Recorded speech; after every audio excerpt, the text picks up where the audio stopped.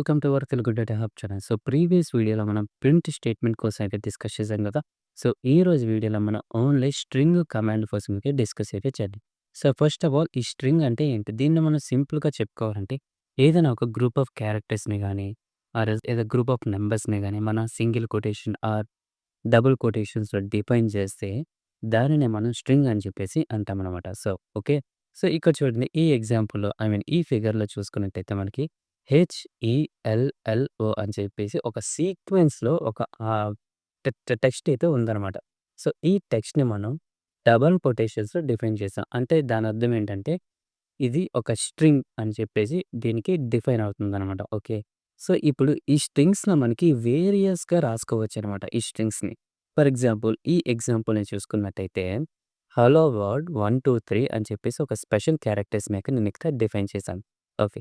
So, చూడండి ఇక్కడ hello అని చెప్పేసి కొంచెం స్పేస్ అయితే ఉంది. వరల్డ్ అని చెప్పేసి కొంచెం స్పేస్ అయితే ఉంది. సో, ఇక్కడ స్పేస్ ఈస్ నథింగ్ బట్ ఇక్కడ స్పేసే గాని బట్ బ్యాక్‌గ్రౌండ్‌లో దీనికంటూ ఒక మెమరీ అయితే ఉంటుంది. అండ్ ఆల్సో వాల్యూ కూడా ఉంటుందనమాట. ఓకే. సో, అది చూడడానికి బ్లాంకే బట్ అక్కడ మనకి ఒక మెమరీగా పనిచేస్తుందనమాట. సో, అది మనం కొంచెం ప్రాక్టికల్‌గా చూస్తే మీకు కొంచెం అర్థమవుతుందనమాట.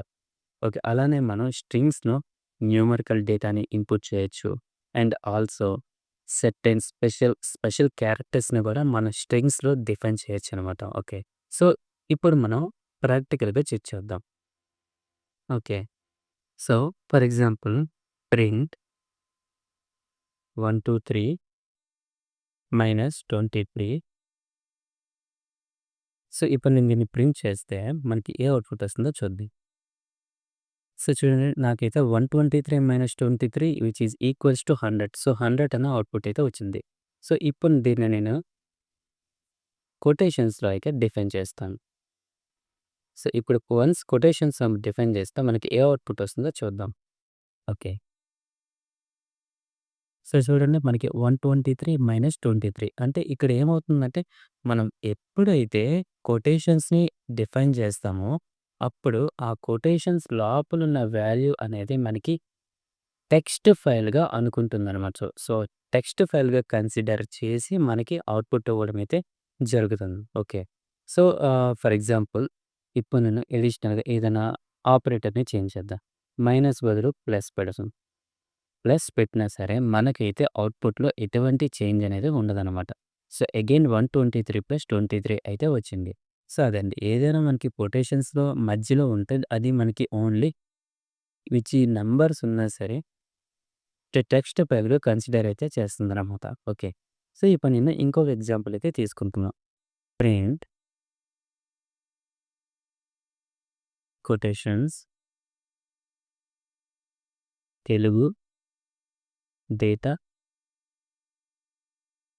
Data hub double quotation. So, ఇప్పుడు దీన్ని నేను ప్రింట్ చేస్తే మనకి ఏ అవుట్‌పుట్ వస్తుందో చూద్దాం.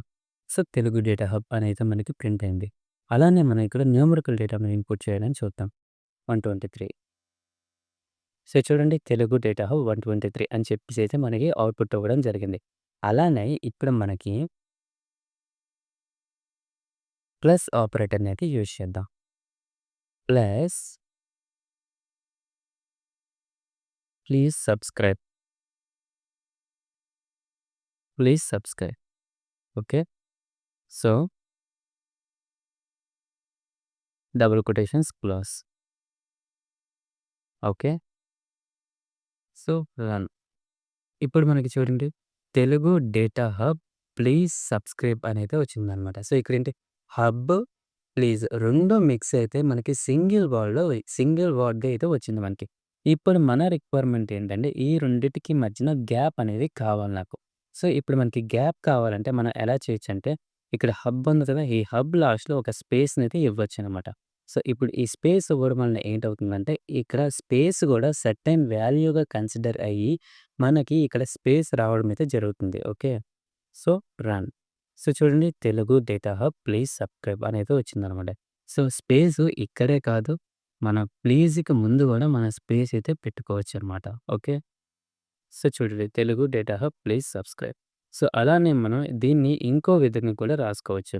సో, ప్లస్ మనం డైరెక్ట్‌గా స్పేస్‌నే ఈ స్ట్రింగ్స్‌గా డిఫైన్ చేసి పెట్టొచ్చనమాట. ఓకే చూడండి. ఇక్కడ నేనేం చెప్పాను? Telugu data hub plus space place please subscribe. ఇక్కడ స్పేస్‌ని గూడా బ్లాంక్ స్పేస్‌ని గూడా నేను కొటేషన్స్‌లో డిఫైన్ చేశాననమాట. సో, ఇప్పుడు నేను రన్ చేస్తే Telugu data hub please subscribe. So, చూడండి ఈ విధంగా మనకు వస్తుందనమాట. ఓకే. సో, ఇప్పుడు మనం అనదర్ ఎగ్జాంపుల్ అయితే తీసుకుందాం. Print quotations this is my first channel and I don't have second channel. Okay. Second channel. ఇప్పుడు దీన్ని మనం ప్రింట్ చేస్తే మనకి ఏ అవుట్‌పుట్ వస్తుందో చూద్దాం. సో, చూడండి this is my first channel and I don't have second channel. ఇలా అయితే మనకి ప్రింట్ అయింది. ఇప్పుడు నాకొక రిక్వైర్మెంట్ అయితే ఉంది. సో, ఇప్పుడు నేను this is my first channel ఉంది కదా! ఇది నాకు ఫస్ట్ లైన్‌గా and I don't have second channel అని ఇదేదైతే ఉందో అది నాకు దీని కింద లైన్‌గా అయితే నాకు రావాలి. సో, అలాంటి రిక్వైర్మెంట్ ఉన్నప్పుడు మనం ఏం చేస్తామంటే స్లాష్‌ని యూజ్ చేస్తాం అనమాట. ఓకే. Slash N. ఎన్ అంటే న్యూ లైన్ అని అర్థం అనమాట. Slash N. ఎన్ అంటే న్యూ లైన్. ఇప్పుడు దీన్ని నేను రన్ చేస్తే మనకి సో, చూడండి this is my first channel and I don't have second channel అని చెప్పేసి మనకి రెండో లైన్‌గా ప్రింట్ అవ్వడం అయితే జరిగిందనమాట. సో, ఇలానే మనం ఒక 3 లైన్‌లో, 4 లైన్‌లో ఏదైనా ఒక మన రిక్వైర్మెంట్‌కి తగ్గట్టు ఏదైనా ఉంటే మనం అప్పుడు స్లాష్ ఎన్ అనేది యూజ్ చేసి మనం అయితే ప్రింట్ చేసుకోవడం జరుగుతుందనమాట. ఓకే. అలానే మనం ఇంకొక ఎగ్జాంపుల్ తీసుకున్నట్టయితే, ఇక్కడ చూడండి ఐ డోంట్ హ్యావ్ ఇప్పుడు మనం జనరల్‌గా డోంట్ అనేది ఎలా రాస్తాం? డీఓఎన్‌టి. ఇక్కడ మనకి ఎన్ పక్కన ఒక కొటేషన్ అయితే వస్తుందనమాట. సో, ఇది మనకి కరెక్ట్ వర్డ్. బట్ ఇక్కడ మనం కొటేషన్ ఇవ్వాలి అనుకుంటే మనకైతే ఎర్రర్ అయితే వస్తుంది. సో, ఇప్పుడు అటువంటి ఎర్రర్‌ని మనం ఎలా టాకిల్ చేయాలో చూద్దాం. ఓకే. సో, చూడండి డోంట్. ఇప్పుడు నేనక్కడ ఈ అయిపోయిన వర్డ్ కదా! యాక్చువల్‌గా మనం ఐ డోంట్ అనేది ఇలానే రాస్తాం. బట్ ఇక్కడ నేను అలా రాయాలని ట్రై చేస్తున్నప్పుడు మనకి ఎర్రర్స్ అయితే వచ్చిందనమాట. సో, ఇప్పుడు ఇలాంటి రిక్వైర్మెంట్ ఉన్నప్పుడు మనం ఎలా దీన్ని హ్యాండిల్ చేస్తామంటే, అగైన్ మనం ఇక్కడ గూడా స్లాష్‌ని అయితే యూజ్ చేస్తామనమాట. Okay. Forward slash. Forward slash. So, నేను ఎప్పుడైతే ఒక స్లాష్‌ని ఇక్కడ డిపెండ్ చేస్తానో, దీని పక్కన ఏదైతే ఉందో కొటేషన్ అవ్వచ్చు, స్పెషల్ క్యారెక్టర్స్ అవ్వచ్చు, నంబర్ అవ్వచ్చు, ఏదైనా అవ్వచ్చు. అది మనకి ఒక స్పెషల్ క్యారెక్టర్‌గా తీసుకుంటుందనమాట. ఓకే. సో, ఇక్కడ నేను సింగిల్ కొటేషన్‌ని అయితే డిపెండ్ చేశాను. సింగిల్ కొటేషన్‌ని మనం జనరల్‌గా స్ట్రింగ్స్‌లో ఎలా యూజ్ చేస్తామంటే, ప్రింట్ కమాండ్‌కి స్టార్టింగ్‌లో అండ్ ఆల్సో ఎండింగ్‌లో మాత్రమే యూజ్ చేస్తాం. ఓకే. ఆర్ఎల్స్ ఒక సెంటెన్స్‌ని ఫినిష్ చేయాలన్నప్పుడు స్టార్టింగ్‌లో ఆర్ ఎండింగ్‌లో అయితే మనం డిఫైన్ చేసుకుంటాం. ఇప్పుడు మనం ఐ డోంట్ హ్యావ్ అని ఇలా ఉండేటప్పుడు మనం ఈ ఫార్వర్డ్ స్లాష్‌ని యూజ్ చేస్తే దీని పక్కన ఏదైతే సింగిల్ కొటేషన్ అవ్వచ్చు, ఏదైనా వాటెవర్ ఏదైనా ఉండొచ్చు. అప్పుడు అది ఎలా కన్సిడర్ చేస్తుందంటే ఒక స్పెషల్ క్యారెక్టర్‌గా కన్సిడర్ చేసి మనకైతే అవుట్‌పుట్ ఇవ్వడం అయితే జరుగుతుందనమాట. ఓకే. So, run. సో, చూడండి this is my first channel and I don't have second channel. So, ఇలా అయితే మనం ప్రింట్ అయితే చేశామనమాట. ఓకే. సో, ఐ హోప్ మీకు కొంచెం అర్థమైనట్టు ఉందనమాట. సో, ఇలానే మనకి స్ట్రింగ్స్‌లో వేరియస్ కైండ్స్ అయితే ఉన్నాయన్నమాట. సో, అవన్నీ మనం త్రూ ఔట్ దిస్ కోర్స్ మనం సింగిల్‌గా వన్ బై వన్ అయితే నేర్చుకుందాం. Okay. So, that's all for today. I hope మీకు ఈ ఇన్ఫర్మేషన్ ఈ సెషన్ అనేది మీకు ఇన్ఫర్మేషన్ అనిపిస్తే లైక్ చేయండి, షేర్ చేయండి. అలానే సబ్స్క్రైబ్ అయితే చేసుకోండి. Okay. Thank you. See you. Bye bye.